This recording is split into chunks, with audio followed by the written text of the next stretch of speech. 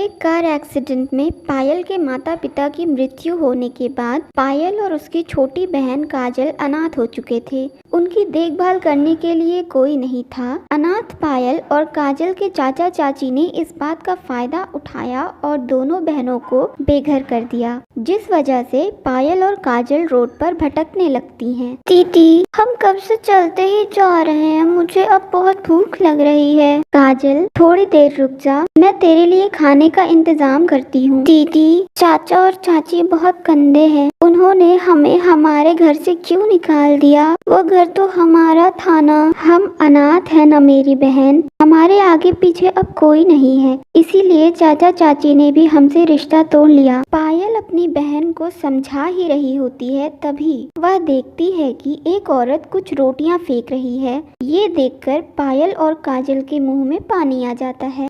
काजल, तुझे भूख लगी थी ना? देख, भगवान ने हमारे लिए रोटियों का इंतजाम कर दिया। दीदी, अगर माँ आज जिंदा होती तो हमारे लिए गर्मा गर्म रोटी बनाती, हमें इस तरह से रोड पर फेंकी हुई रोटियां नहीं खानी पड़ती। काजल की बातों का पायल के पास कोई जवाब नहीं था। दोनों बहन एक घर के बाहर बैठकर रोटियां खाने लगती हैं। देखते ही देखते शाम हो जाती है। शाम को एक औरत घर से बाहर निकलती है और उन दोनों बहनों को अपने घर के बाहर सोया हुआ देखकर उन्हें डांटते हुए कहती है, कौन हो तुम? हाँ, तुम दोनों मेरे घर के बाहर ऐसे क्यों सो रही हो? भागो यहाँ से, पता नहीं कहाँ कहाँ से आ जाते हैं। हमें माफ कर दीजिए आंटी, हम जा रहे हैं। अब पायल काजल को लेकर वहाँ से चली जाती है। थोड़ी दूर जाकर पायल की नजर एक दुकान पर पड़ती है। पायल अपना और अपने बहन का पेट पालना चाहती थी, इसलिए वो काम करने का सोचती है। काजल, ये देख दुकान, मैं सोच रही हूँ कि क्यों ना मैं उस दुकान में जाकर नौकरी का पता कर लूँ। अगर मुझे वहाँ काम मिल जाएगा तो हम दोनों बहन उस दुकान के बाहर रात गुजार लेंगे। पर दीदी, तुम्हें तो कोई काम करने ही नहीं आता, फिर तुम उस दुकान में क्या काम करोगी? काजल, तू इतनी फिक्र क्यों करती है? मेरे लायक कोई न कोई काम वहाँ जरूर होगा। उम्मीद लिए पायल और काजल उस दुकान में चली जाती हैं, पर दुकान का मालिक पायल को काम पर नहीं रखता और उन्हें दुकान से निकाल देता है। रात भी काफी हो चुकी थी, काजल को भी भूख लगने लगी थी। पायल से अपने बहन की भूख बर्दाश्त नहीं होती। काजल, तुझे बहुत भूख लग रही है ना? तूने सुबह से सिर्फ एक ही रोटी खाई थी। दीदी, पर भूखी तो आप भी हो ना? नहीं नहीं, मुझे भूख नहीं है, बस मुझे दुख हो रहा है कि मैं कैसी बहन हूँ जो अपनी बहन का पेट नहीं भर पा रही। अगली सुबह पायल देखती है कि छोटे छोटे बच्चे न्यूज़पेपर बेच रहे हैं और पायल के पास कोई न्यूज़पेपर तो था नहीं, इसलिए वह गाड़ियों के पास जा जाकर काम मांगने लगती है। साहब, मेरे लिए कोई काम हो तो बताओ ना, मैं आपके सारे काम कर दूंगी, बदले में मुझे कुछ रोटी दे देना। मैं और मेरी बहन बहुत दुखी हैं, उसने कल सुबह से कुछ नहीं खाया। अच्छा, काम के बदले तुम्हें सिर्फ रोटी चाहिए?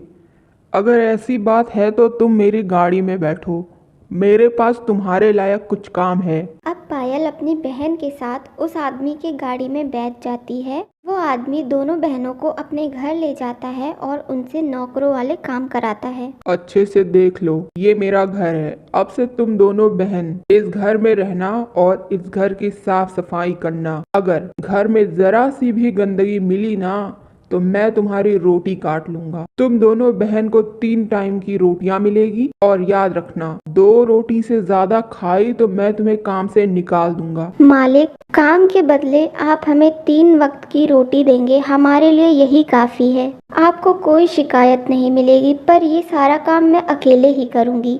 मेरी बहन अभी छोटी है ना, तो उसे घर के काम नहीं आते। वो तुम्हारी मर्जी है, तुम दोनों बहन मिलकर काम करो या अकेले, मुझे फर्क नहीं पड़ता। मुझे बस मेरा घर साफ चाहिए, क्योंकि मेरी बीवी प्रेग्नेंट है और वो घर के काम नहीं कर सकती। इस तरह से वो आदमी दोनों बहनों को रहने और खाने की जगह तो दे देता है, पर उनके साथ बहुत बुरा बर्ताव करता है। छोटी छोटी बात पर पायल और काजल को डांटता और अगर कोई गलती हो जाती तो उन्हें रोटियां भी नहीं देता था। दीदी, ये अंकल अच्छे नहीं हैं, बिना बात के हमें डांटते और मारते हैं, और तो और हमारी रोटियां भी हमें नहीं देते। हम तो यहाँ रोटियों के लिए काम करते हैं ना। तो बिल्कुल सही कह रही है छोटी, मुझे बिल्कुल अच्छा नहीं लगता जब अंकल तुझे डांटते हैं।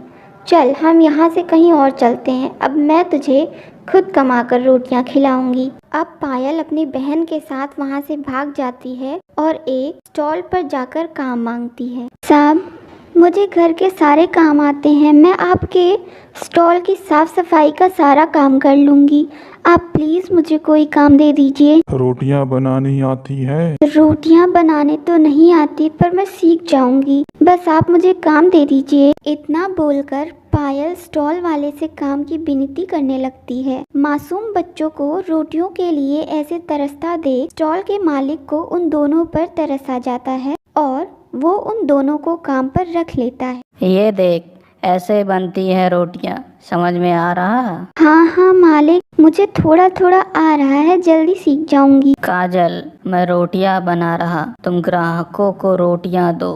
और पायल, रोटियों पर ध्यान दो, रोटी जलनी नहीं चाहिए, पहले सेकना सीखो फिर बेलना सीखना। अब स्टॉल का मालिक पायल को सारा काम सिखा देता है। समय यूं ही निकलता है और देखते ही देखते पायल बड़ी हो जाती है। समय के साथ पायल ने स्टॉल को काफ़ी अच्छी तरह से संभाल लिया था।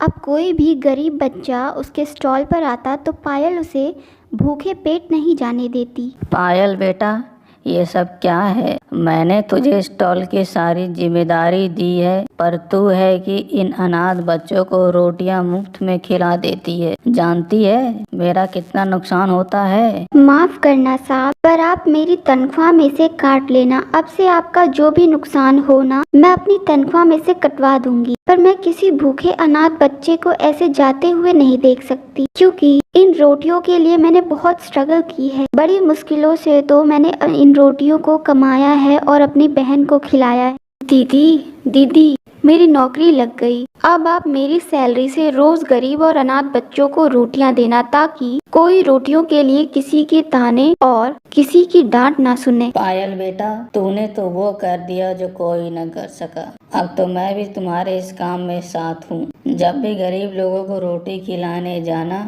तो मुझे भी बता देना। साहब, मैं आपको कैसे भूल सकती हूँ। आज आपकी बदौलत हम दोनों बहनें जिंदा हैं। जब सभी लोग हमारी मजबूरी का फायदा उठा रहे थे, तब आपने हमें काम सिखाया, अपने पास रहने की जगह दी, खाने को रोटी दी। यह सब कुछ आपकी बदौलत ही तो हुआ है। शुक्रिया करके शर्मिंदा मत करो बेटा, मैं रोटी की कीमत जानता हूँ और शायद मुझसे बेहतर तरीके से तुम भूख और रोटी की अहमियत जानती हो। तभी तो गरीब और अनाथ बच्चों को तुम और काजल रोटियां बांटती हो। आपका बहुत बहुत शुक्रिया मेरी और मेरी बहन की मदद करने के लिए।